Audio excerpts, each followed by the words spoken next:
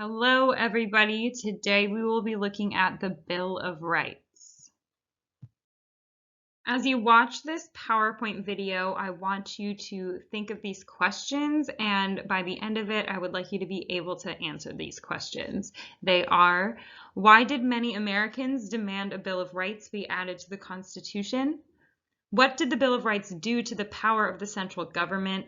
Which amendments protect Americans' freedom of belief and expression? Which amendments protect Americans from unfair trials?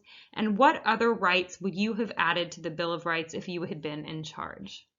So let's start by talking about why we have a Bill of Rights and why some people back in the late 1700s thought the United States needed one.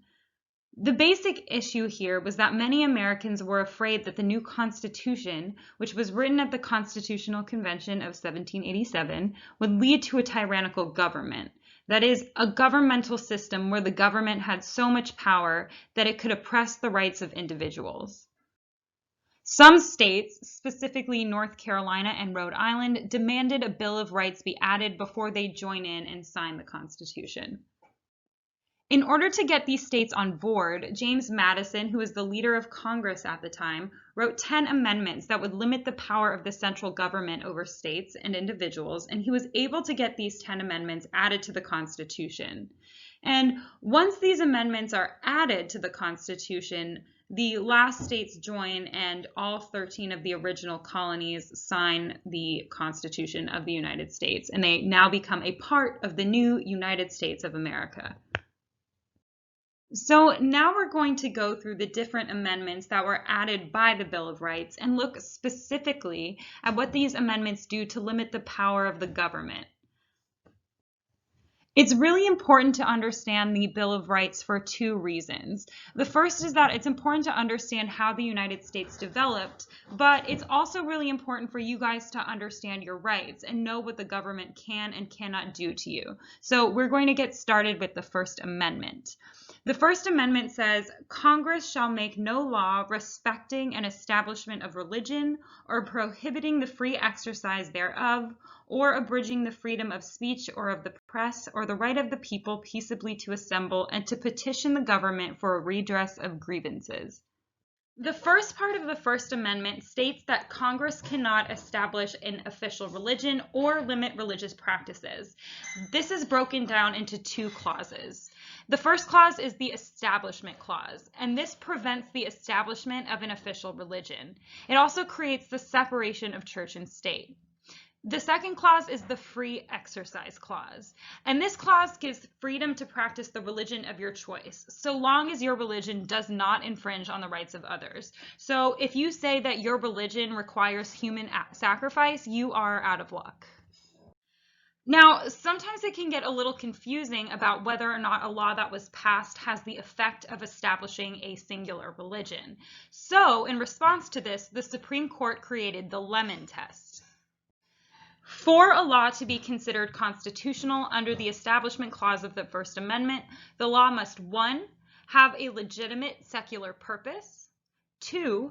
Not have the primary effect of either advancing or inhibiting religion, and 3. Not result in excessive entanglement of government and religion. So if a law passes all 3 of these criteria, then it has passed the Lemon Test.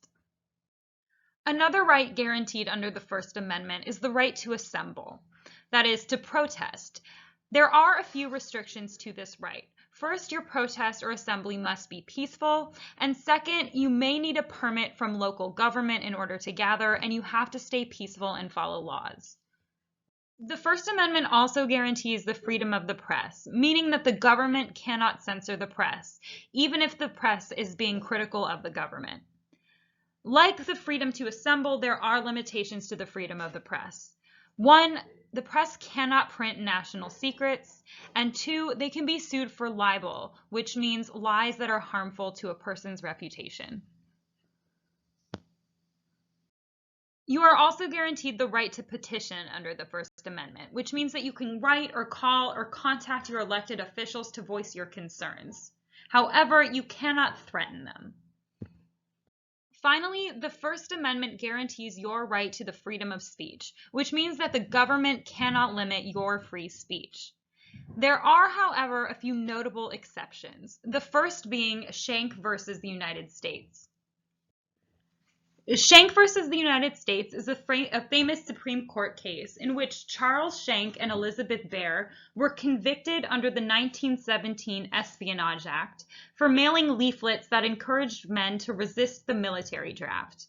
They appealed their conviction all the way up to the Supreme Court on the grounds that the conviction violated their free speech rights.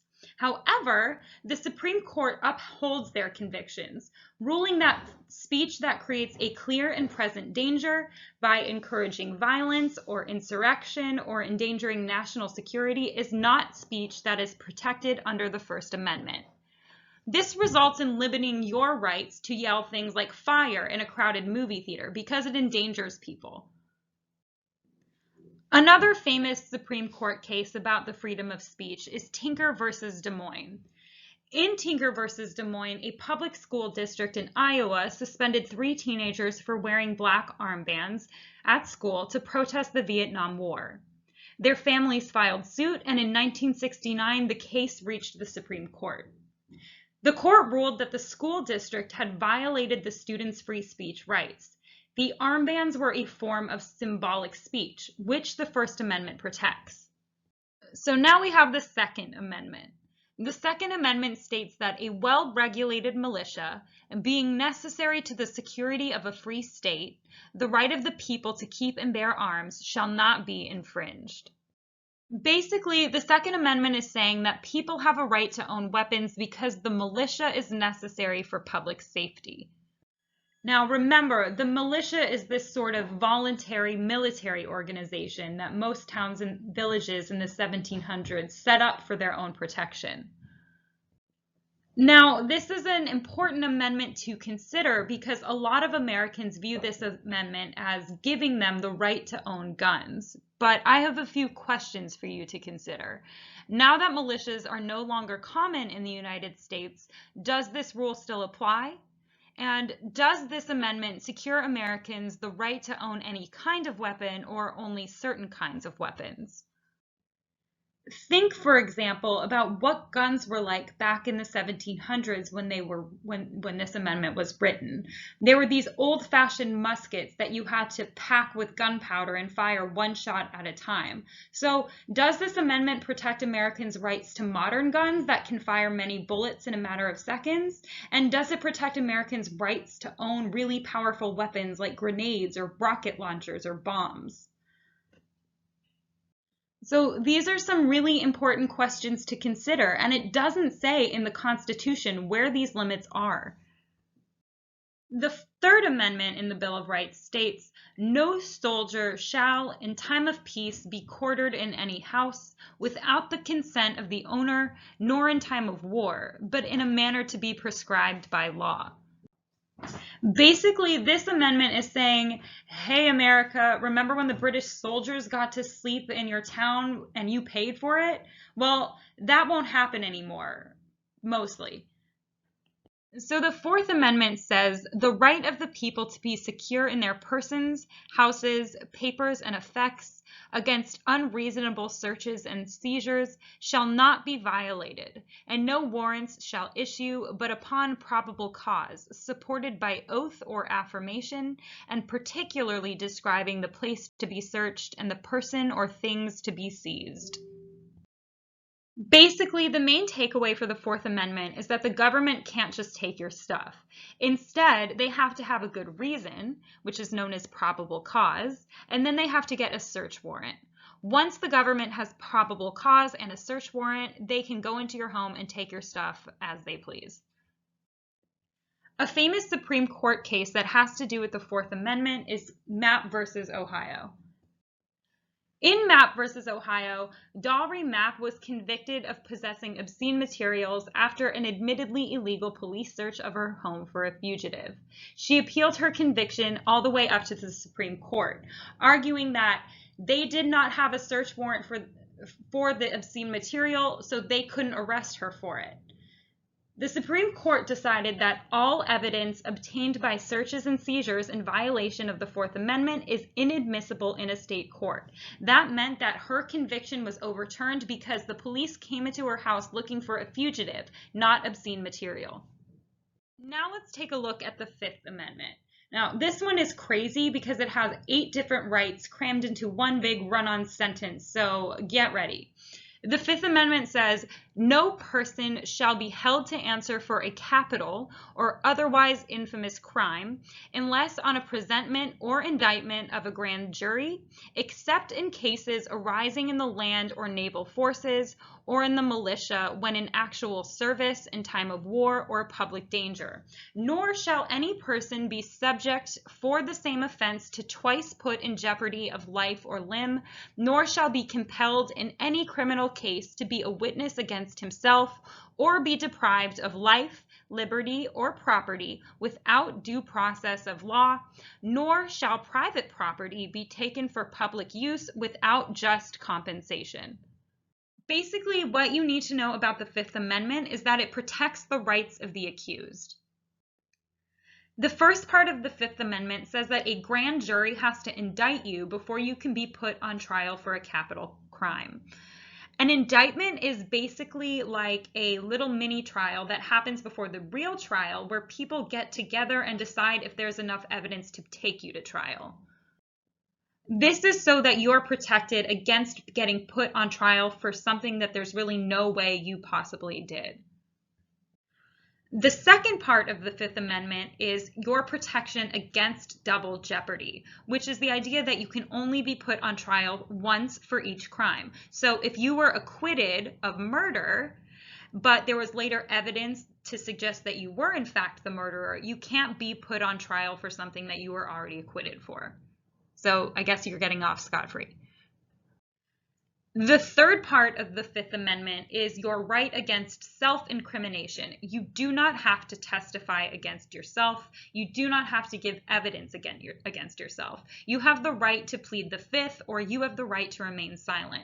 These rights were solidified in the Supreme Court case Miranda versus Arizona, which gives us our Miranda rights. And you will recognize Miranda rights from any cop show. They are, you have the right to remain silent. Anything you say can and will be used against you in a court of law.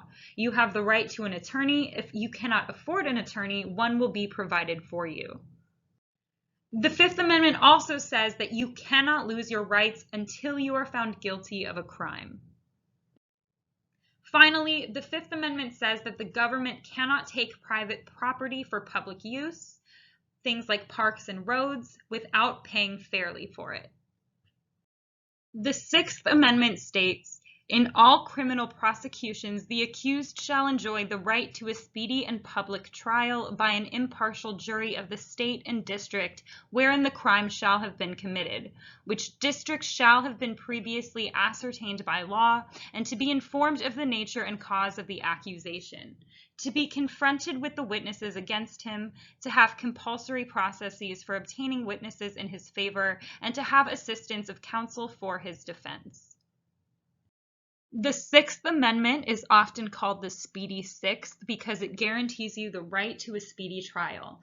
It also gives you the right to a trial by jury in criminal cases, and those jurors must be impartial. You also have the right to have witnesses come to your defense in your favor. And also you have the right to assistance from a lawyer, and you must be given a lawyer if you cannot afford one. The Seventh Amendment states, in suits at common law, where the value in controversy shall exceed $20, the right of trial by jury shall be preserved, and no fact tried by a jury shall otherwise re-examined in any court of the United States than according to the rules of common law.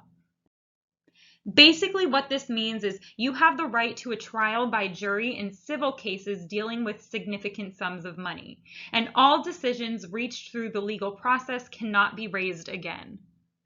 Now we'll look at the Eighth Amendment, which states excessive bail shall not be required, nor excessive fines imposed, nor cruel and unusual punishments inflicted.